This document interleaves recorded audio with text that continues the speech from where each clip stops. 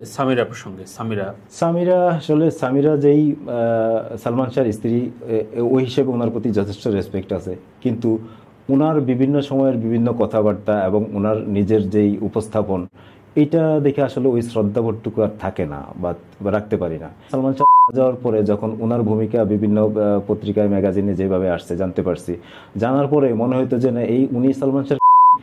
তখন তো কম বয়স ছিল আমার, তো তখন মনে হতো যে ওনারা যদি কখনো সামনে পাই মেরে ফেলবো, এরকম একটা চিন্তা ভাবনা মাথার ভিতরে কাজ করতো।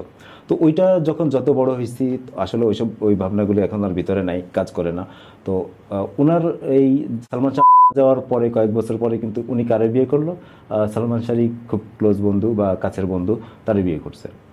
তো ওই ভদ্রলোক এই সালমান শাহ ইস্যু থেকে, এই মামলা বিভিন্ন ঝামেলা থেকে কিন্তু ডাল হিসেবে সামিরাকে বিভিন্নভাবে রক্ষা করছে এবং গণমাধ্যমের মুখোমুখি হতে দেয় নাই কখনো। উনি নিজে সামনে থেকে কথা বলছেন। তখন বলা হয়তো এরকম যে, আমি যখন বারবার বলতাম যে উনি বিভিন্ন মাধ্যমে সালমান শাহ করছে, বলার চেষ্টা করতো ফেসবুকে, সোশ্যাল মিডিয়াতে, তো তখন ওনারা বলতাম যে আপনি মিডিয়াতে আসেন, মিডিয়াতে কথা বলেন, আপনার শোর কথা বললাম, নাজিম জয়ের শোর কথা বললাম। তো তখন উনি আসলে ওইভাবে এড়ে যেত বিষয়গুলো। তো তখন বলা হয়তো এরকম যে সামিরার ক্যামেরা ফোবিয়া আছে, ক্যামেরা ফোবিয়ার কথা বলে এড়িয়ে যেত এবং সামনে এসে কথা বলতে সামিরার যেই তখনকার স্বামী ছিল মুস্তাক ওয়াইজ, ওই ভদ্রলোক কথা বলতো।